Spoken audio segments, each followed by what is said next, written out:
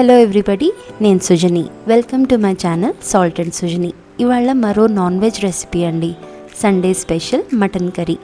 ఇది మంచి gravy curry అండి. చాలా చాలా యమ్మీగా ఉంటుంది. చాలా ఈజీగా చేసేసుకోవచ్చు.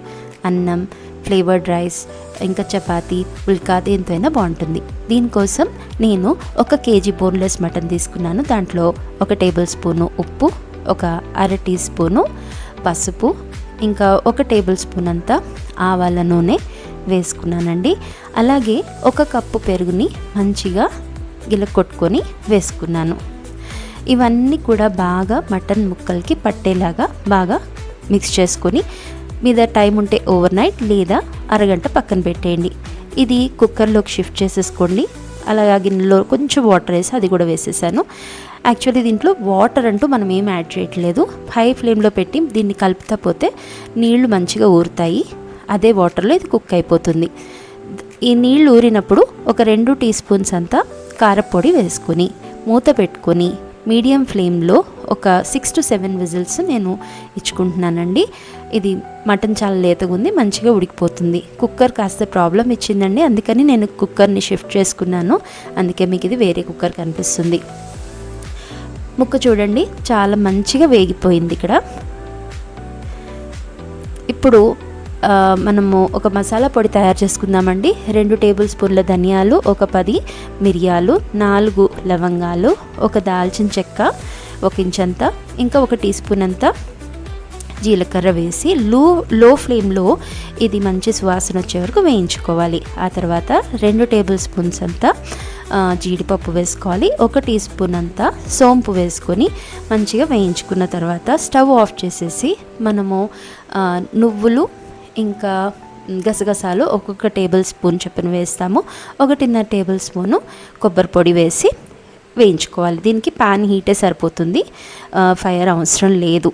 ఓకే, సో ఇవి చల్లారబెట్టుకొని పొడి చేసి పక్కన పెట్టేసుకుందామండి. ఆ తర్వాత దీంట్లోకి పల్లి నూనె వేసుకొని 1 అనాస పువ్వు, 1 బిర్యానీ ఆకు వేసి మంచిగా ఒకసారి వేయించుకొని దీంట్లోకి మనము సన్నగా పొడుగ్గా కట్ చేసి పెట్టుకున్న 2 మీడియం సైజ్ ఆనియన్స్, దానికి తగ్గ ఉప్పుని నేను దీంట్లోకి వేసుకుంటున్నాను. ఈ ఆనియన్స్ మంచిగా ట్రాన్స్లూసెంట్ వచ్చే వరకు వేయించుకున్నాక దీంట్లోకి 1 టేబుల్ స్పూన్ అంతా అల్లం వెల్లిపాయ పచ్చిమిర్చి పేస్ట్ అండి. ఇది మంచిగా పచ్చివాసన పోయే వరకు వేయించుకోవాలి. మూత పెట్టి మంచిగా వేగిపోయింది చూడండి. ఇప్పుడు దీంట్లోకి సన్నగా తరిగిన పుదీనా 2 టేబుల్ స్పూన్స్ అంతా వేసుకుంటున్నాను. ఆ తర్వాత 1 పెద్ద సైజ్ టమాటాని స్లైస్ చేసి నేను వేసుకుంటున్నాను. మూత పెట్టి మంచిగా మగ్గిచ్చేసుకుందాము. ఇదిగోండి, టమాటా మంచిగా వేగిపోయింది.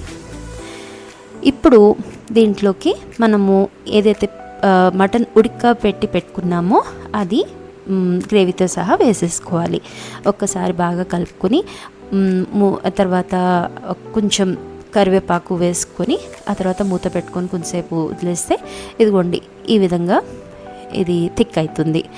ఆ తర్వాత మనం గ్రైండ్ చేసి పెట్టుకున్న ఈ మసాలా పొడి మొత్తం వేసేసి ఒక్కసారి బాగా కలిపి మళ్ళీ మూత పెట్టి 5 నిమిషాలు మగ్గించుకుందాము. మటన్ అయితే ఉడికిపోయిందండి, మనం జస్ట్ ఈ మసాలాలని కుక్ చేస్తున్నాము. ఇదిగోండి ఇలా థిక్ అయింది కదా. ఇప్పుడు నాకు కావాల్సిన కన్సిస్టెన్సీ ప్రకారం 1/4 కప్ అంతా వాటర్, వేడి నీళ్ళు నేను వేసుకొని ఒకసారి మళ్ళీ కలుపుకొని మూత పెట్టేసి వదిలేస్తానండి. సో అప్పుడు మంచిగా నూనె తేలేలాగా అది కుక్ అవ్వాలి. ఇదిగోండి నూనె మంచిగా తేలింది కదా, అంతేనండి. ఇంకా ఈ టైంలో నేను 6 పచ్చిమిరపకాయలని స్లిట్ చేసి వేసుకున్నాను. మళ్ళీ మూత పెట్టుకుని 2 మినిట్స్ వదిలేస్తే ఆ పచ్చిమిర్చి ఫ్లేవరు ఈ గ్రేవీలోకి వచ్చేస్తుంది. ఆ తర్వాత సన్నగా తరిగిన కొత్తిమీరతోటి మనం గార్నిష్ చేసుకోవడమే. చాలా చాలా యమ్మీ ఉంటుందండి. ఇవాళ అయితే పండగ అయింది మా ఇంట్లో మటన్ కర్రీతో.